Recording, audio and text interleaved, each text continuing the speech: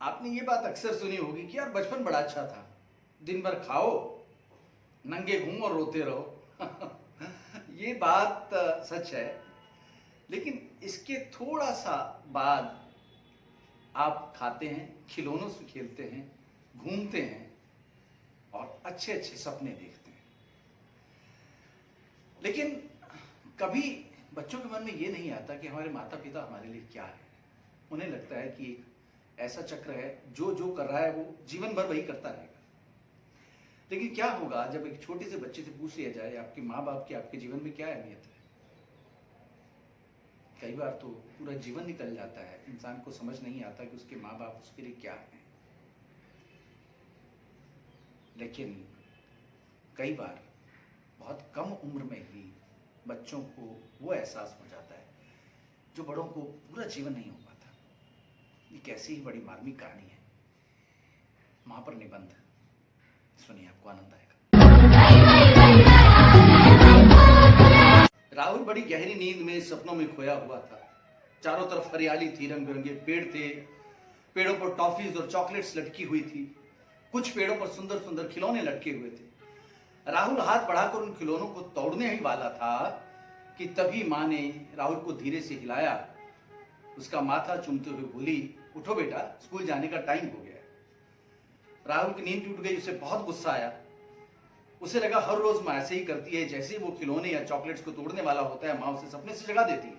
उसने कहा, मैं स्कूल नहीं जाऊंगा, मुझे स्कूल नहीं जाना। तो मां ने कहा, स्कूल नहीं जाओगे तो अच्छे बच्चे कैसे बनोगे? और जबरदस्ती उसे उठा के बाथरूम की तरफ भेज दिया। राहुल नहाकर बाथरूम से निकला ही था कि मां ने कहा, आओ नाश्ता कर लो। राहुल को फिर गुस्सा आया। उसे कहा, मैं दूध नहीं पीऊंगा, आपको अच्छी तरह पता है मुझे दूध पसंद नहीं है, फिर रोज क्यों दूध पीने के लिए कहती हैं?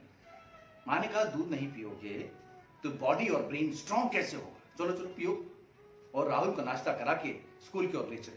राहुल दोपहर को स्कूल से वापस आया तो उसने देखा उसके पापा भी लंच के लिए घर आए हुए हैं।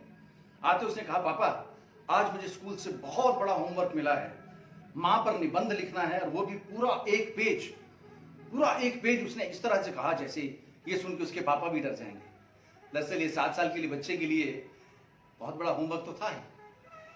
उसकी मां ने कहा, अच्छा तुम खाना खा लो, होमवर्क तुम्हें मैं करा दूंगी ना। राहुल ने कहा, नहीं। उसके मन में अब भी गुस्सा था। उसने कहा, नहीं, होमवर्क तो मुझे पापा ही कराएंगे। उसके पापा ने कहा, अच्छा ठीक है, मैं शाम को ऑफिस से आके तुम्हें होमवर्क करा दूंगा। राहुल खाना खा के सो गया। जब सोकर उठा, शाम हो चुकी थी। मां ने कहा, चलो अब पार्क में तुम्हें खेलने के लिए जाना है ना, अपने दोस्तों के साथ चलते हैं। रास्ते में राहुल की मां रेणु ने कहा, तुम्हें पता है मां ही मम्मी होती है और मम्मी को ही मां कहते हैं, तुम्हें मां पर निबंध लिखना है ना। राहुल सोच रहा था, क्या मम्मी को ही मां कहते हैं? तो मैं मम्मी पर क्या निबंध लिखूंगा? वो तो रोज मुझे दूध पिलाती है जो कि मुझे पसंद नहीं है, रोज स्कूल भेजती है, मुझे स्कूल जाना भी पसंद नहीं।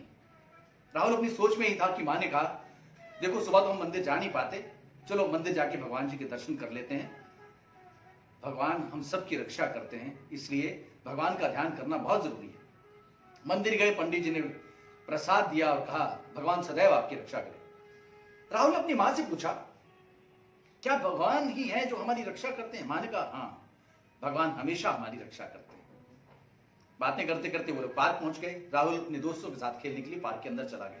1 घंटे के बाद राहुल की मां ने राहुल को लिया और वापस घर की तरफ लौटने लगे। जिस गली से उन्हें आना जाना होता था वो गली थोड़ी संकरी थी। वो लोग घर की तरफ लौट ही रहे थे कि अचानक पीछे से बहुत जोर जोर की आवाजें आने लगी, भागो भागो, ये कुत्ता पागल है, काट खाएगा। राहुल की मां ने पीछे मुड़कर देखा, एक काला कुत्ता लाल लाल आंखें लिए मुंह से जीभ लटकाए उन्हीं की तरफ बढ़ता हुआ आ रहा था। राहुल की मां ने इधर उधर देखा कि जहां जाके अपनी जान को बचाया जा सके, लेकिन ऐसी कोई जगह थी नहीं। इतने में कुत्ता उनके बहुत पास आ चुका था और वो राहुल पर झपटने ही वाला था कि राहुल की मां ने राहुल को फट से गोद में उठा लिया। कुत्ते ने राहुल की मां की पिंडली को अपने दांतों में दबोच लिया और जोर जोर से काटने लगा।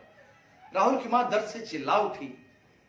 देखकर राहुल का भी कलेजा कांप गया, लेकिन राहुल की मां ने राहुल को नहीं छोड़ा और राहुल ने भी कसकर अपनी मां को पकड़ा हुआ था। तभी दूसरे लोग आए, लाठी डंडों से उन्होंने कुत्ते को मार के भगाया। राहुल की मां के चेहरे पर दर्द के साथ साथ संतोष की एक चमक भी थी कि उसने अपने बच्चे को बचा लिया। फोन करके राहुल के पिताजी को घर बुलाया गया।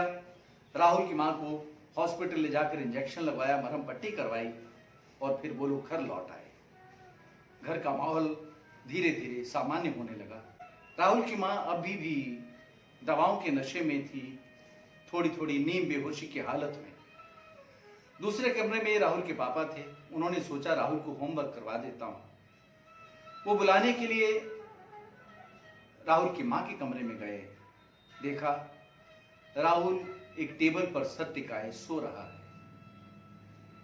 उसके पास ही उसकी नोटबुक खुली हुई है, जिसके एक पन्ने पर ऊपर लिखा हुआ है मां पर निबंध, और बाकी के पूरे पन्ने में बड़े बड़े आकार में केवल 4 अक्षर लिखे हुए थे, मां भगवान होती है। धन्यवाद।